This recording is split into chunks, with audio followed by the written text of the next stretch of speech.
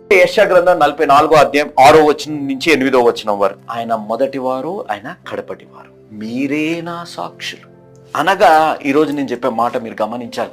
ఈ వాక్యం ఎవరున్నా మీరు ఫీల్ కాకండి. నేను చెప్పే వాక్యం కొంచెం బుద్ధితోని, వివేచనతోని, ఆలోచనతోని మీరు ఒక్కసారి ఆలోచించండి. ఒక మనిషి ఎన్నడూ కూడా దేవుడు కాలేడు. ఒక మనిషి ఎన్నడూ కూడా దేవుడు కాలేడు. కానీ దేవుడు మనిషి అవ్వగలుగుతారు. ఈ మాట క్లియర్గా మీరు అర్థం చేసుకోవాలి. ఒక మనిషి ఎన్నడూ కూడా దేవుడు కాలేడు, కానీ దేవుడు మనిషిగా రాగలుగుతాడు, మనిషి అవ్వగలుగుతాడు అనేది మనం గ్రహించాలి. కాబట్టి ఈరోజు నేను చెప్పే మాట ఏంటిదనగా, మనం దేవుడికి సాక్షులుగా ఉండాలి. ఉన్నామా?